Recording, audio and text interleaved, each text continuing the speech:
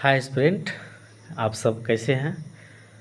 तो हम लोग ने जैसे पिछले क्लासेस में देखा भारत का प्राचीन इतिहास का प्रथम अध्याय। अब आज हम लोग दूसरे अध्याय की ओर आगे बढ़ते हैं। और क्लासेस स्टार्ट करने से पहले यदि आप सभी को हमारा क्लासेस अच्छा लगे तो प्लीज़ लाइक, शेयर और सब्सक्राइब कीजिएगा, ताकि और ज़रूरतमंद एस्पायरेंट को हमारी ओर से कुछ मदद मिल जाए। और आप लोग के सहयोग से, समर्थन से शायद मैं लगातार क्लासेस को लेता रहूं और किसी न किसी रूप से विद्यार्थियों को मदद मिलती रहे।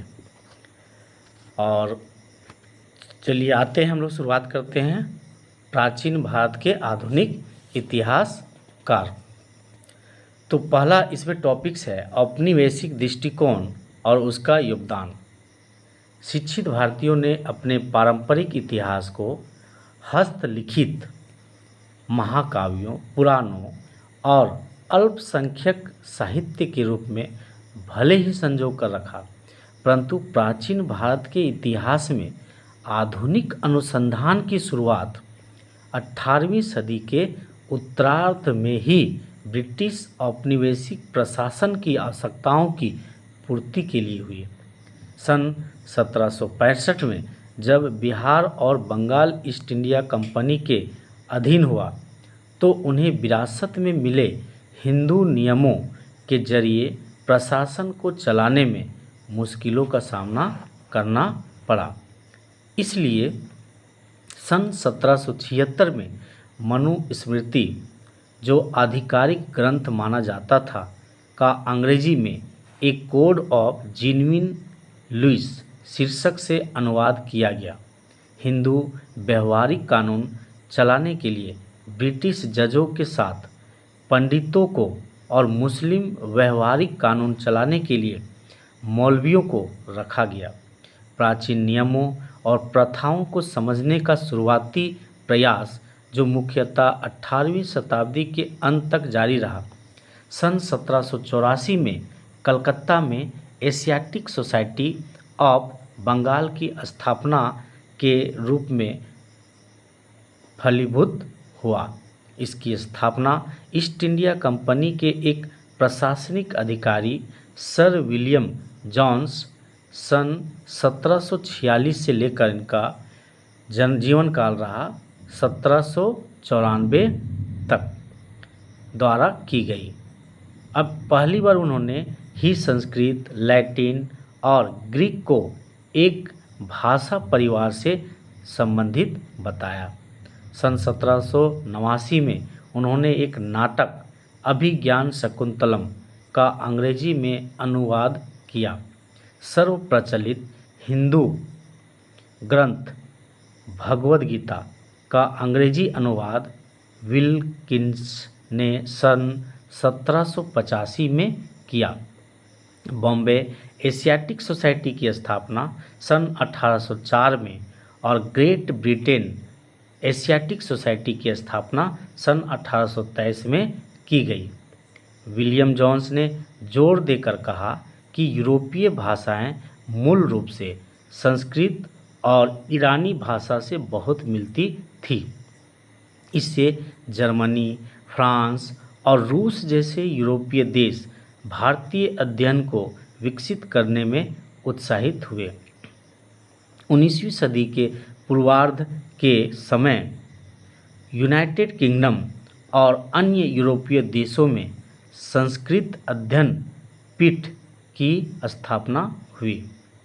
भारतीय संदर्भ में अध्ययन को सबसे अधिक बढ़ावा जर्मनी के एफ मैक्स म्यूलर से मिला, जो इंग्लैंड में बसे थे। इनका जीवन काल है 1823 से 1902 तक। सन 1857 के विद्रोह ने अंग्रेज़ों को भली भांति समझा दिया कि जिन पराये देशों के लोगों पर वे शासन कर रहे हैं, उनके व्यवहार और सामाजिक व्यवस्था की गहराई में से समझना बहुत ही आवश्यक है। इसी प्रकार क्रिश्चियन मिशनरियों ने धर्मांतरण के लिए और ब्रिटिश साम्राज्य को सुदृढ़ करने के लिए हिंदू धर्म के विकारों को उजागर करने की कोशिश की। इन आवश्यकताओं की पूर्ति हेतु मैक्स म्यूलर के संपादन में प्राचीन ग्रंथों का अनुवाद व्यापक पैमाने पर किया गया। पूर्वी पवित्र ग्रंथमाला sacred book of the east series के अंतर्गत कुल मिलाकर 50 ग्रंथों की अनुवाद श्रृंखला को प्रकाशित किया गया, जिनमें से कई विविध खंडों में थे। इनमें कुछ चीनी और ईरानी ग्रंथ भी शामिल थे, किंतु प्राचीन भारतीय ग्रंथों को प्रमुखता दी गई थी। इन ग्रंथों एवं इन पर आधारित पुस्तकों की प्रस्तावना में मैक्स म्यूलर और अन्य पश्चिमी विद्वानों ने प्राचीन भारतीय इतिहास और समाज की प्रवृत्ति को बहुत ही सामान्यीकृत ढंग से देखा। उन्होंने कहा कि प्राचीन भारतीयों में इतिहास बोध का अभाव था, विशेषकर समय और क्रम के संदर्भ में।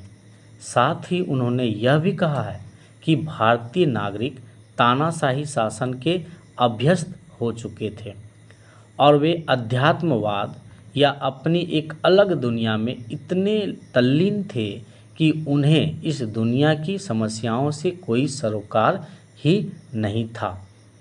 पश्चिमी विद्वानों ने जोर देकर कहा कि भारतीयों ने न तो राष्ट्रवाद को अनुभव किया था और न ही किसी तरह के स्वशासन को। ऐसे कई सामान्यीकरण विंसेंट आर्थर स्मिथ द्वारा लिखित भारत का प्राचीन इतिहास अर्ली हिस्ट्री ऑफ इंडिया में भी किए गए थे। इनका जीवन काल 1843 से 1920 तक रहा है। जिन्होंने सन 1904 में प्राचीन भारत का पहला व्यवस्थित इतिहास लिखा था। जो स्रोत उस वक्त उपलब्ध थे उनके गहन अध्ययन पर आधारित और लिखित उनकी पुस्तक में राजनीतिक इतिहास को प्राथमिकता दी गई थी। लगभग 50 वर्षों तक इसका इस्तेमाल पाठ्य पुस्तक के रूप में होता रहा और इसे विद्वानों द्वारा आज भी इस्तेमाल किया जाता है। स्मिथ का ऐतिहासिक दृष्टिकोण साम्राज्यवादी था। भारतीय प्रशासनिक सेवा के वफादार सदस्य के तौर पर उन्होंने प्राचीन भारत में विदेशियों की भूमिका पर जोर दिया। उनकी पुस्तक के 1/3 भाग में सिकंदर के आक्रमण की चर्चा है। उसमें भारत को ऐसे अनियंत्रित या स्वेच्छाचारी भूभाग के रूप में प्रस्तुत किया गया है जहां ब्रिटिश शासन की स्थापना के पहले राजनीतिक एकता को अनुभव नहीं किया गया था। उनका आकलन यह है कि भारत में एकतंत्र या तानाशाही एकमात्र शासन का रूप रहा। भारत के इतिहासकार भी ऐसा ही मानते हैं। सारांशतः भारतीय इतिहास की ब्रिटिश व्यवस्था ने भारतीय चरित्र और उपलब्धियों की कमतर दिखाते हुए अपनी वैश्विक शासन पद्धति को उचित ठहराया। इनमें से कुछ विचारों को एक हद तक वैधता भी मिली। चीनियों की तुलना में भारतीयों में कालक्रम को लेकर कोई विशेष बोध या अभिरुचि नहीं दिखाई पड़ती। हालांकि कुछ प्राचीनतर चरण में महत्वपूर्ण घटनाओं को गौतम बुद्ध की मृत्यु के संदर्भ में क्रमानुसार निर्धारित किया गया। औपनिवेशिक इतिहासकारों द्वारा निर्मित मान्यताएं कुल मिलाकर या तो निराधार थी या अतिशयोक्ति से ग्रसित। फिर भी इनका इस्तेमाल निरंकुश ब्रिटिश शासन के विस्तार की प्रचार सामग्री के रूप में हुआ।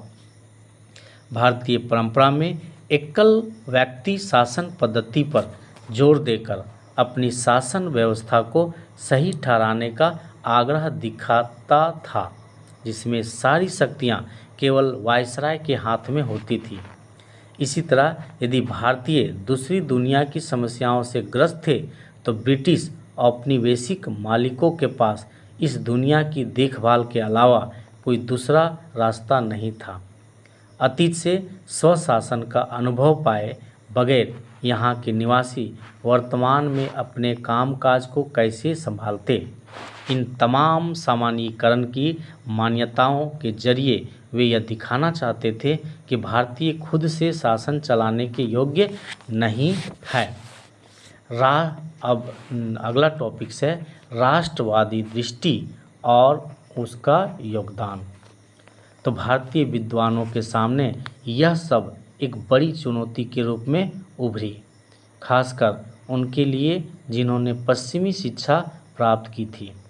वे प्राचीन इतिहास का जो औपनिवेशिक खंडन था उससे काफ़ी दुखी थे और भारतीय सामंती समाज के विनष्टीकरण और ब्रिटेन के प्रगतिशील पूंजीवादी समाज के विरोधाभास को लेकर चिंतित थे।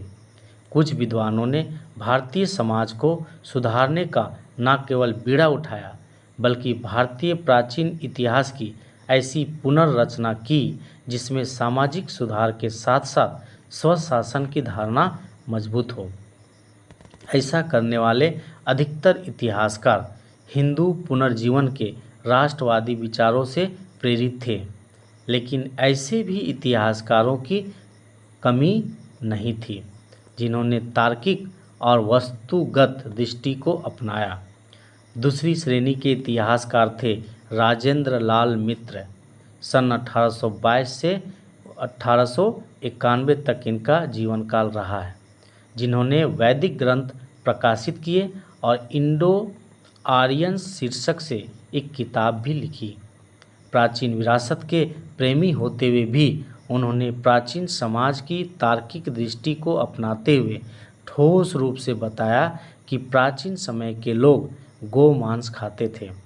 औरों ने यह साबित करने की कोशिश की कि इन विशेषताओं के बावजूद जाति व्यवस्था मूल रूप से यूरोप के पूर्व औद्योगिक और प्राचीन समाज में श्रम विभाजन पर आधारित वर्ग व्यवस्था से भिन्न नहीं थी।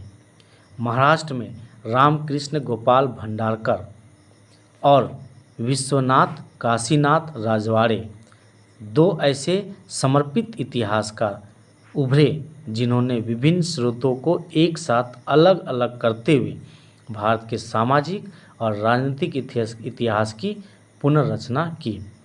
रामकृष्ण गोपाल भंडारकर का जीवन काल सन 1837 से लेकर 1925 तक रहा है और विश्वनाथ काशीनाथ राजवाड़े का जीवन काल सन 1869 से 1926 तक रहा है। आरजी भंडारकर ने दक्कन के सातवाहन के राजनीतिक इतिहासकार और वैष्णव एवं अन्य मतों के इतिहास की पुनर्रचना की। एक महान सामाजिक सुधारक के रूप में उन्होंने अपने अनुसंधान के माध्यम से विधवा पुनर्विवाह, जाति व्यवस्था और बाल विवाह जैसी बुराइयों की भर्त्सना की। शोध के लिए पूरे जोश के साथ V.K. राजवाड़े ने मराठा इतिहास के स्रोतों और संस्कृत पांडुलिपियों की तलाश में महाराष्ट्र में हर एक गांव की यात्रा की। अंततः उन सारे स्रोतों को 22 खंडों में प्रकाशित किया गया। उन्होंने ज़्यादा नहीं लिखा, लेकिन वैदिक और अन्य ग्रंथों पर आधारित भारत में विवाह के चरणों पर उनकी सूक्ष्म अंतर्दृष्टि के कारण सन 1926 में मराठी में विवाह व्यवस्था पर लिखी गई उनकी किताब एक महत्वपूर्ण ऐतिहासिक दस्तावेज के रूप में जानी गई। पांडुरंग वामन काने, जिनका जीवन काल सन 1880 से लेकर 1972 तक था, जो कि संस्कृत के विद्वान थे, उन्होंने सामाजिक सुधार की ठानी और विद्वता व ज्ञान की परंपरा को जारी रखा। 20वीं शताब्दी में 5 खंडों में प्रकाशित धर्मशास्त्र का इतिहास, हिस्ट्री ऑफ द धर्मशास्त्र शीर्षक उनका उल्लेखनीय काम है, जो प्राचीन सामाजिक नियमों और प्रथाओं का एक ज्ञान भंडार है, जिसमें हमें प्राचीन भारत में सामाजिक प्रक्रियाओं का अध्ययन मिलता है। धन्यवाद।